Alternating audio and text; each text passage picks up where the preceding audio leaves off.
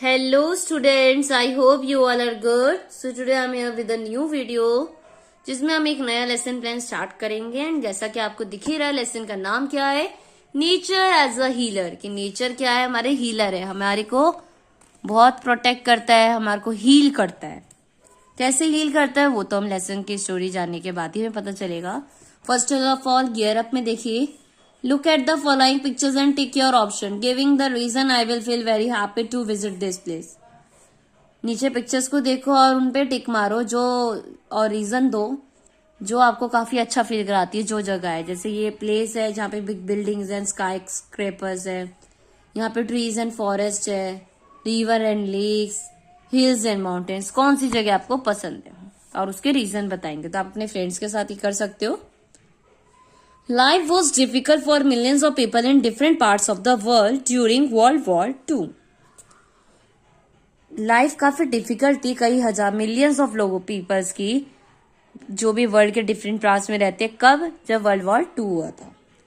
Anne Frank was also severely affected by it. Anne Frank नाम की girl थी जो उसको काफी अफेक्ट हुआ था इस वर्ल्ड वॉर के दौरान, उसके ऊपर भी काफी असर पड़ा था। तो she show tremendous courage and bravery in distress, जिसमें उसने काफी ट्रिमेंडस करेज ब्रेवरी दिखाई थी।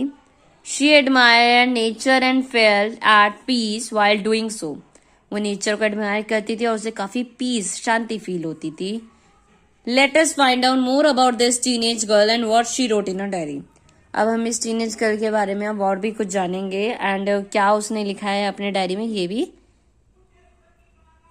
बताएंगे कि उसने अपने डायरी में क्या लिखा और वो हमारे तक क्या मैसेज पहुंचाना चाह रही है।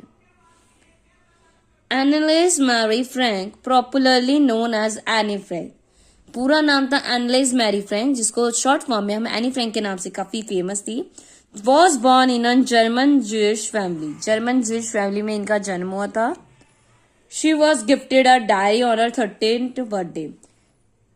इसको अपने 13th बर्थडे पे क्या मिली थी? डायरी। एक गिफ्ट में क्या मिली थी? Diary. She regarded it as her closest friend, जिसे वो अपने क्लोजेस्ट फ्रेंड की तरह मानती थी उस डायरी को। तो शी नेम्ड इट किटी। उस डायरी का नाम क्या रख दिया उन्होंने? किटी, जो कि उसकी काफी बेस्ट फ्रेंड थी वो diary. Any was living in Amsterdam when the German soldiers attack the people during the world war 2। Any कहाँ पे रह रहे थे? एम्स्टरडम में, जब जर्मन सोल्जर्स ने अटैक किया था वर्ल्ड वॉर 2 में। Annie has to hide herself in secret rooms above her father's office for almost 2 years with her family and friends. Annie को अपने आप को छुपा के रखना पड़ा था एक सीक्रेट रूम में जो कि उसके पापा के ऑफिस के ऊपर ही था। ऑलमोस्ट 2 years के 2 साल तक उसमें छुपे रहना पड़ा अपनी फैमिली एंड फ्रेंड्स के साथ। Life was difficult as they were always afraid of being caught by the German soldiers।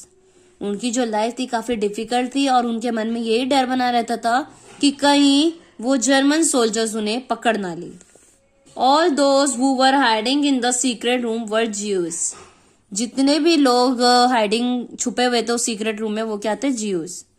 German soldier would kill them और टॉर्चर देम। जर्मन लोग पीपल क्या कर रहे थे? ज्यूज को टॉर्चर कर रहे थे, मार रहे थे। However, they remain in the secret hiding place for a long time।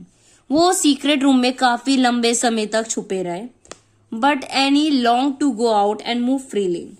But जो एनी थी स्ट्रांगली उसका मन होता था कि वो बाहर जाए, फ्रीली मूव करे। So she often look out of the window and admire the beauty of nature।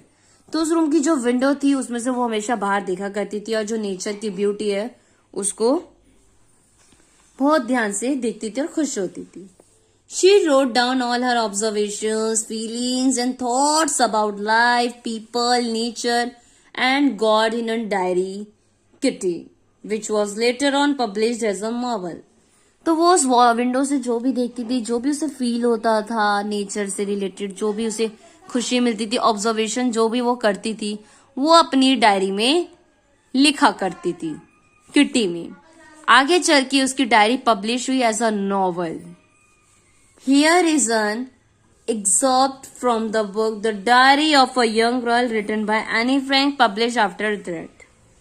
मतलब ये एक शॉर्ट पीस है उनकी राइटिंग का, उस बुक का, और उनकी डेथ के बाद ये डायरी नॉवल के फॉर्म में लिखी गई और पब्लिश हुई उनकी डेथ के बाद। और डायरी का नाम था the diary of a young girl, written by Annie Frank. So Annie Frank ने अब उस डायरी में ऐसा क्या लिखा था? वेडनेसडे 23 फरवरी 1944 का टाइम था जिसका ये छोटा सा पार्ट आपके साथ शेयर किया गया है।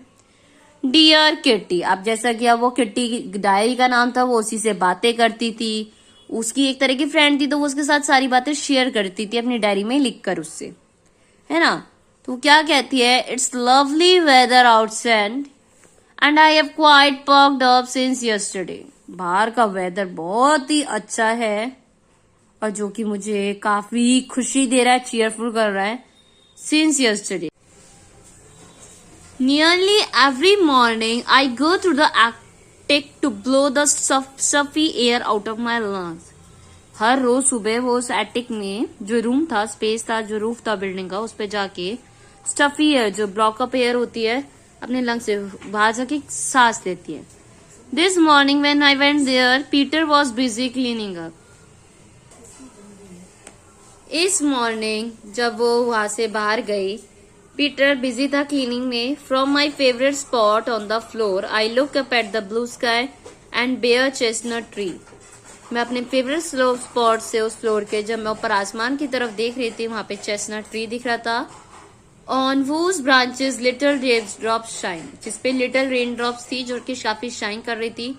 appearing like silver and the seagulls and other birds as they glide on the wind, जो कि सिल्वर की तरह, सीगर्स की तरह अंदर अदर बर्ड्स जो थे उस विंड में आवाजें, मतलब सुंदर, बहुत काफी मॉर्निंग व्यू जो उसे दिख रहा था वो काफी अच्छा लग रहा था और उसको वो एक्सप्रेस कर रही है। आगे क्या कहती है एनी फ्रैंक, वो मैं आपके साथ नेक्स्ट वीडियो में शेयर करूंगी। आई होप आपको जितना समझ आया है, आज जितना पढ़ाया उतना समझ आया होगा।